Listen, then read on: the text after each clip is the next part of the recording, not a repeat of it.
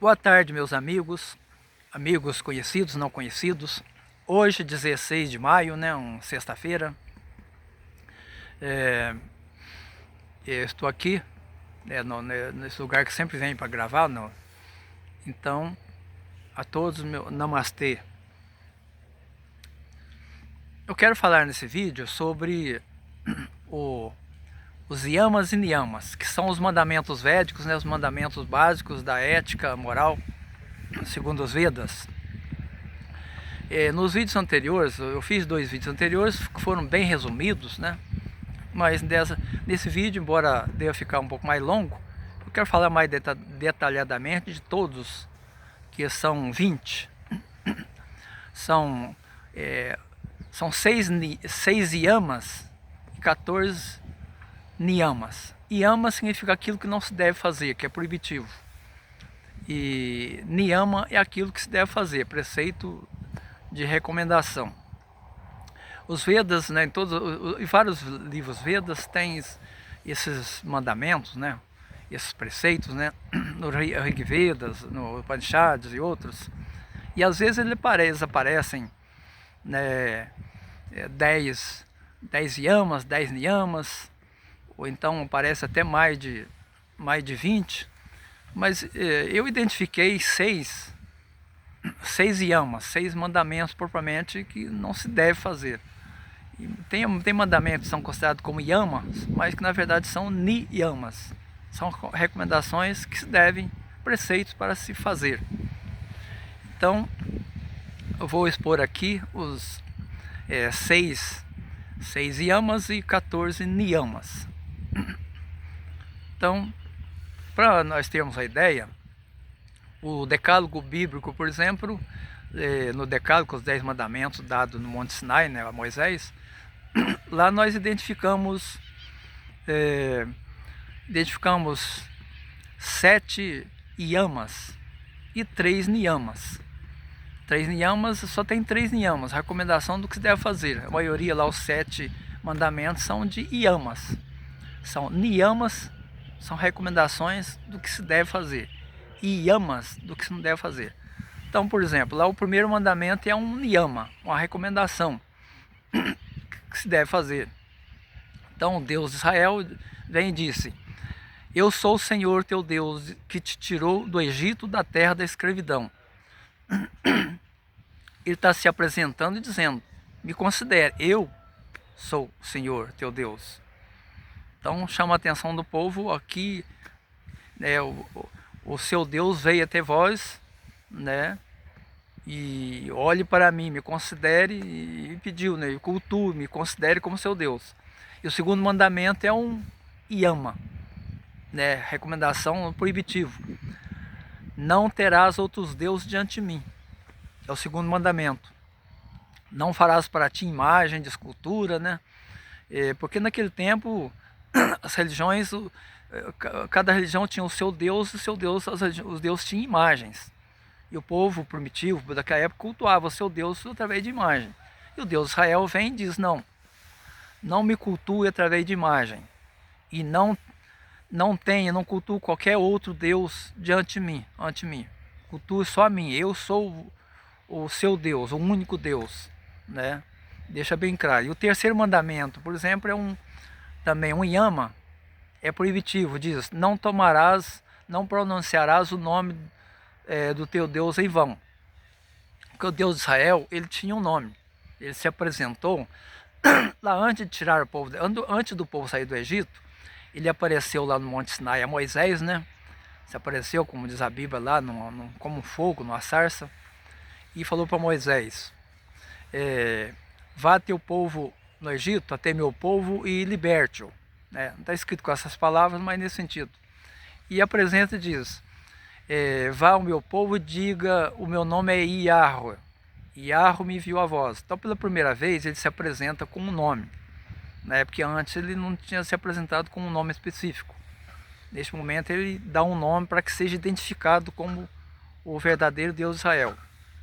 Eu falo: Yahweh me enviou a vós, né, ao povo do Egito. Então não pronunciarás esse nome, né, Yahweh, em vão. E o povo de Israel levou tanto isso a sério que até hoje nem pronuncia o nome do seu Deus, que é Yahweh, de medo de pronunciar em vão. Até caiu em desuso, né? Eu gostou, mas é o terceiro mandamento, que é um yama, né? Uma proibição, um ato proibitivo, não pronunciar o nome em vão. E o quarto mandamento já é um niyama, né? Recomenda lá, lembra de santificar o dia de sábado. O sábado é um dia santo, né? Então é a recomendação para que se observe o dia de sábado. E o quinto mandamento também é um niyama, a recomendação. Honra teu pai e tua mãe, né? Já do sexto mandamento em diante são yamas, são mandamentos proibitivos. Como, por exemplo, o sexto mandamento, não matarás. O sétimo, não cometerás adultério. O oitavo, não roubarás.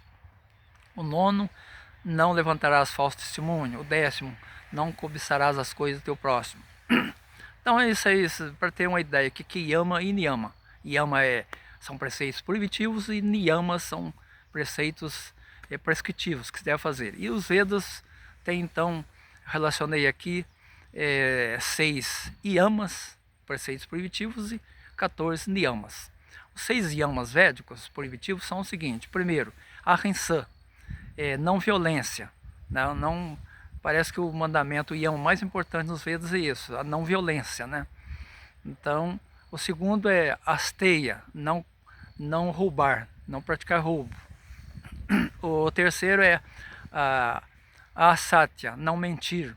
Que a palavra satya nos Vedas significa verdade. Asatya, mentira, e a asatya, não mentir. Nos Vedas, às vezes parece simplesmente como satya, entendendo que deve praticar a verdade. Mas nesse sentido seria um niyama, né? Mas como niyama, o lado de negação seria a asatya, não mentir.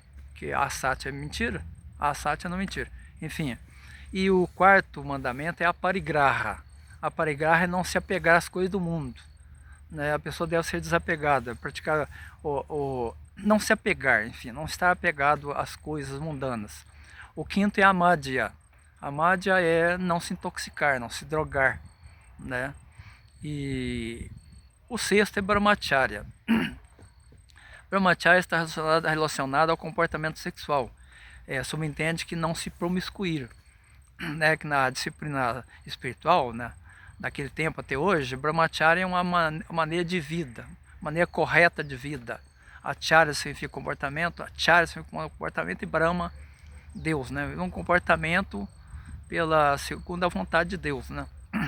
Então isso entende que a prática sexual ela é legítima, lícita dentro do casamento, porque o casamento é um ato sagrado, é um ato de compromisso, de vivência com o amor verdadeiro, segundo o preceito divino, né? Segundo um sacramento, né? Então, e fora do casamento, não sendo casado, deve simplesmente procurar conter a relação sexual, viver em castidade, abstinência, né? Na cultura védica, naquele tempo, a brahmacharya era uma ordem para os estudantes que entravam numa escola, no ashrama, tinha que viver em castidade, né? E abstinência, e depois saía, se casava, construía uma família, aí ia ter a sua vivência natural com o pai de família, relacionamento dentro do casamento, mas fora do casamento é proibitivo, né? E o adultério nem se fala, que adultério é uma coisa que envolve traição, né? Pior ainda, né? E os Vedas nem falam sobre isso, fala sobre o comportamento sexual realmente com responsabilidade, com disciplina, né? Aí vem os niyamas. O primeiro niyama é chamado de astikya. Astikya significa fé, crença num Deus pessoal. Porque nos Vedas existem duas linhas de pensamento. Existe uma linha monista ou não dualista, né? É aquela que considera Deus, que é chamado de Brahman, como transcendente, absoluto, inatingível, inconcebível. E essa linha de pensamento, né, não deísta, ela não presta culto a Deus. Procura meditação, procura a forma de realizar essa consciência dentro de si, o Brahman dentro de si, mas não tem um culto voltado, não tem um Deus pessoal, um Deus que se presta culto. E o Astikya já é a linha do Dvaita, da dualidade, do teísmo. Recomenda que todos devem ter um Deus, né, cultuar um Deus. E os Vedas são bem claros, não especifica, não radicalizam um Deus, né? Fala só, você tem que cultuar esse Deus, seu único Deus, não. Cada pessoa, cada grupo de pessoas tem um conceito de Deus. Por exemplo, no hinduísmo, Krishna é uma personalidade de Deus, né, divina, que é tido como avatar, uma encarnação de Deus, e é muito cultuado, muito popularmente cultuado, né, entre os hindus, né? Mas tem também a Kali, a mãe divina, né, que é muito cultuado por um grande número de pessoas também. Tem Shiva, né? E para os Vedas não importa a concepção, o Deus que você cultua, né? Porque tudo são concepções, são ideias, porque Deus mesmo, segundo os Vedas, ele é transcendente, ele é único. O Brahman, ele é único, transcendental. Não existe dois deuses. O Deus verdadeiro, o Deus real, não existe dois. O Brahman, ele é transcendente, inatingível, ele é puro, né, transcendental. Não existe dois, mas ele se manifesta em formas de concepções para que as pessoas possam prestar culto e possam, através da devoção, né, evoluir espiritualmente, possam pensar em Deus. Porque a maioria das pessoas, como é que vai ficar pensando num Deus que não pode nem se imaginar, não tem nem tem ideia? Então, através de uma forma pessoal, se pode ter ideia de Deus, né? Como, por exemplo, no judaísmo, o Deus lá é a concepção, o Yahweh é o Deus. Yahweh é Deus de Israel, do povo de Israel, né? Ele não é o Deus de outros povos, a Bíblia está bem clara, né?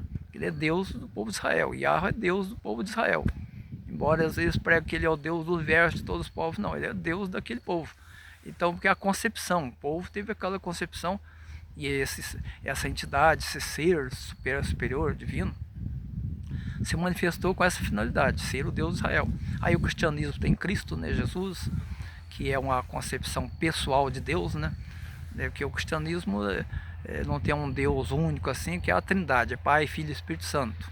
Não se tem também muita ideia de como seja o Pai, né? O Pai é muito abstrato, né? Também, né? É uma concepção muito abstrata, e o Espírito Santo ainda é mais abstrato ainda, que é o Espírito. Agora tem Jesus, que encarnou, assumiu uma forma humana, né? Um ser bem pessoal, né? Um ser que viveu entre a humanidade, um ser que ama, que pode ser amado. Então é uma concepção de Deus. Depois tem Alá, tem outras formas de Deus, mas tudo são concepções. E os Vedas não restringem, não diz assim, ó, você tem que cultuar só este Deus, outro está errado, não. Lá o caso de Deus de Israel, por exemplo, Yahweh, ele tinha um sentido. Quando ele falou, não terás outros deuses diante de mim, porque ele estava se apresentando para o Deus de Israel. Ele era o Deus de Israel, e é até hoje. Então, fala o povo, não cultue outros deuses, porque senão, como é que a pessoa não pode ter dois deuses, né? Você tem que ter a fé num Deus, né, como o Astika aqui é bem entendido. Você ter o conceito de um Deus, seja qualquer que você quiser. A Mãe Divina, Pai Celestial, Jesus, Krishna, né? Yahweh, do jeito que você quiser. Agora, se for cultuar Yahweh, tem que ser judeu, né? Bem entendido. E Jesus tem que ser cristão. No hinduísmo tem Krishna, tem Kali, a Mãe Divina, tem Shiva, tem Ganesha, né? A boa forma que você quiser. Mas Astika é isso, é ser deísta, não ateísta. Porque existe ateus espiritualista também. Né? O budismo, por exemplo, não é uma religião deísta, não tem um Deus, mas é uma religião espiritualista que busca a verdade. O Deus no budismo ele é muito abstrato, nem se tem uma ideia de Deus, né? Mas são conceitos. O segundo niyama é a swadhyaya. A palavra swadhyaya significa sua em si, é o estudo de si mesmo, né? Às vezes interpretado como estudo das escrituras védicas, mas pode ser entendido também como um estudo de si mesmo, porque a nossa busca espiritual, a busca do nosso verdadeiro eu, né, o eu divino, que é o Atma, não é tão simples assim. Nós temos a consciência do ego, nosso eu, nossa personalidade. Então, nessa consciência de ego, é bom que a gente procure melhorar o mais possível para transcender esse ego, essa personalidade, que é a ilusão, o ahankara, o nosso ego é ilusão, não é o verdadeiro eu. Mas ignorar simplesmente, dizer, não, eu vou negar o meu eu, vou buscar só o eu, meu eu superior. Não é tão simples assim. Isso é através da evolução. Então, o Swadhyaya manda que a gente reflita como pessoa, procure sempre ser uma boa pessoa, a melhor pessoa possível, melhorar espiritualmente, crescer, né, em qualidade de pessoa, e assim a gente vai chegar, né, através da meditação, ao verdadeiro eu, o eu superior, o eu divino, que é o Atma. né? E o terceiro niyama é o ri. O ri significa humildade, simplicidade, né? E também significa a capacidade que a pessoa tem de reconhecer seus próprios erros, né? Através do Swadhyaya, ela analisa e reconhece, vê que ela tem falhas, vê que ela, quando ela comete um erro, por exemplo, ela fala, errei. Ela reconhece e exerce o mandamento do ri, que é do reconhecimento, da humildade de entender que errou e se arrepender, né? Fazer, eu errei mesmo, eu vou corrigir isso aí. Então, o terceiro niyama, ri. O quarto niyama chama ardhava. Ardhava se entende como retidão, retidão profunda mesmo. A retidão em sentido mental, interior, não só retidão externa, né? Porque, por exemplo, não mentir é um comportamento externo, não mentir, não pratica mentir, mas interiormente. Então, Ardhava entende a retidão interior, como evitar a hipocrisia, buscar sempre a sinceridade, né? Evitar ter uma vida coerente, né? Em pensamentos, palavras e ações. Então esse é Ardhava. O quinto é Kshama. Kshama significa tolerância, perdão. É a pessoa ter a capacidade de compreender o outro, de tolerar, de não ficar julgando, né? Sempre achando, devia ser assim, você não devia ser assim, você está errado. Não deve, como Jesus disse, não julgueis para não ser julgados. Da capacidade de tolerar, de compreender os outros, mesmo sendo diferente de nós, mesmo pensando diferente de nós, a sempre ter essa capacidade, essa bondade de entender. Eu te entendo, não tem problema. Então, capacidade de tolerância, que chamar, e de perdoar quando as pessoas às vezes ofendem o nosso ego, né? Capacidade de perdoar também, chamar. O sexto é Daya. Daya é misericórdia. A capacidade da misericórdia é muito importante. Essa virtude, esse sentimento que nós temos pelo sofrimento dos outros. Porque compaixão significa sofrer com paixão, sofrer, paixão, sofrimento, né? Você sentir também em você, no teu coração, o sofrimento dos outros, se compadecer dos outros, né? Não simplesmente ignorar, não importa, é os outros mesmo. Não, ter capacidade de sentimento para com o sofrimento alheio. Chama Daya, compaixão. E o sétimo mandamento, que é o sétimo niyama, é Dana. Dana é capacidade de doação. Doação literalmente, doar a quem precisa, né? Ato de caridade, né? Ser generoso. Às vezes não precisa ser em bem material, às vezes pode ser doar o meu tempo, minha atenção. É a capacidade de doar ao outro, de fazer alguma coisa de prático, de benefício para o próximo, né? Para o outro, para outra pessoa, né? E o oitavo mandamento, mitahara. A palavra mitahara significa moderação.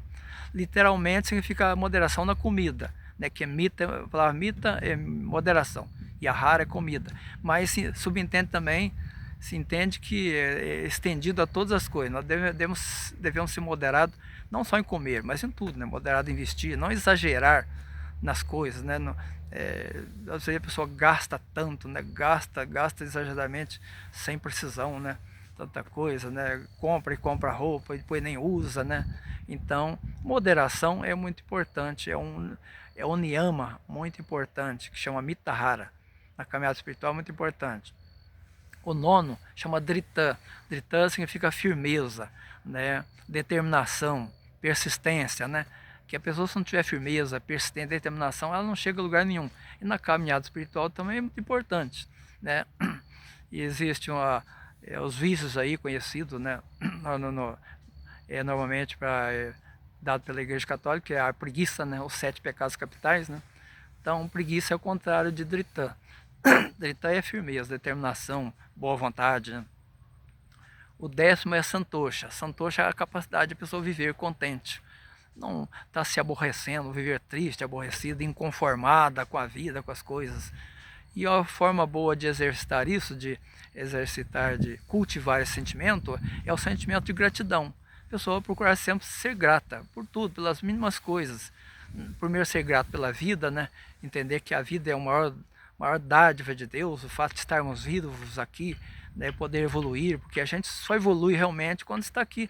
Evolui efetivamente no corpo físico, na matéria, Por isso que existe a encarnação, as reencarnações. A reencarna para evoluir. A gente não consegue evoluir e tornar perfeito numa vida só. Embora crenças que não acreditam nisso, né, com todo respeito, mas é o fato. E a vida, estar nesse corpo é uma dádiva de Deus. Ser grato por isso e por tudo, né, pela vida de modo geral, isso realmente suscita um contentamento, né? Procurar ser contente com a vida, seja como for, não ser inconformado, não, né, não achar que é infeliz, que não tem aquilo que desejaria, né? Então a gente saber que a gente já tem tudo que precisa, começando pela vida, pelo nosso corpo e tal. O mínimo de coisa que a gente tem pode nos fazer felizes. Santosha é o sentimento de contentamento, né? Viver sempre contente, não triste, não descontente, né? O 11º niyama chama Saucha. Saucha está relacionado à higiene. Higiene do corpo, higiene da mente também, né? Dos pensamentos, higiene do nosso meio, né? Na nossa casa onde vivemos. Procurar sempre a limpeza, ela é muito importante, né? Na ajuda espiritual. Então, Saucha ou Shaucha, às vezes é pronunciado no sânscrito, né? O 12º mandamento é tapas. Tapas é austeridade, né? É o exercício de austeridade. E às vezes se entende com penitência, por exemplo, fazer jejum é tapas, né? Mas necessariamente não precisa ficar fazendo jejum. Fazer austeridade, jejum, abstinência, tal, ajuda. Mas se a gente procurar viver realmente com austeridade, né, diante das dificuldades, né? Às vezes a gente tem que suportar uma fome, né, o frio, um desconforto, né? Porque às vezes é necessário, não porque a gente procurou. Nós não buscamos às vezes certo desconforto, mas se a vida nos traz certo desconforto, procurar viver esse desconforto com firmeza, né?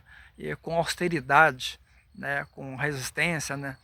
Então, não com moleza, né? Austeridade, tapas é isso, austeridade diante dos desconfortos da vida. A vida tem tanto desconforto, né? Às vezes doença, seja pequenas doenças que seja, né? Certa dificuldade que a gente passa, certo cansaço, certo dia, né, trabalhoso, tanta coisa. Então, procurar ser firme, resistente, e o preceito para isso niyama chama tapas, né? E procurar fazer jejum também, quem puder fazer jejum é bom, abstinência de coisas, né, que a gente pode abrir mão um determinado dia, uma determinada época, né? Então, se é benéfico à evolução espiritual. O 13º mandamento chama sadhana. Sadhana é um dos mais importantes, niyama. Sadhana quer dizer prática espiritual. Porque se a gente observar todos os mandamentos, todos os yamas e niyamas, mas não tiver nenhuma prática espiritual, o que vai adiantar? A prática é importante, é preciso praticar, né? Uma religião, toda religião tem sua prática espiritual. Às vezes em casa, às vezes no templo, né? No yoga, o sadhana é a meditação. Quem recebe iniciação em Kriya Yoga vai praticar meditação, né? Exercício, né? De pranayama, meditação todo dia, um tempo, né? Mas não é só a meditação que é sadhana, né? A prática de japa, a repetição do santo nome, né? Do Senhor, né? Do Senhor de Deus, aquela pessoa que ela tem como seu Deus. Ou então oferendas, né? Fazer oferendas, né? Que chama puja em sânscrito, né?